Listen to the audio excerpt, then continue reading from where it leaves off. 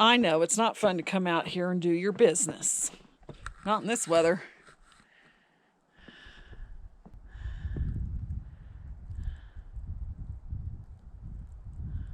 Want to get your business done, baby?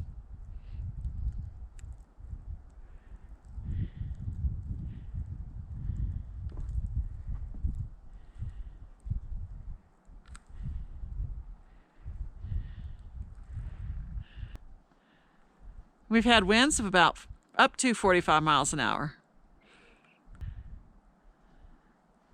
This is a good wet winter. We're having a good wet winter, which is excellent for fire danger. In spring, we probably won't have any. We've been having snowstorms one after another. This winter, it's been a real blessing, even though it's inconvenient.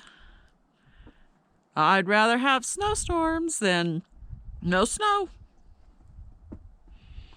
Bye-bye from snowy mountains, Sacramento mountains, Lincoln National Forest, outside of the teeny tiny village of Cloudcroft, New Mexico. Bye-bye.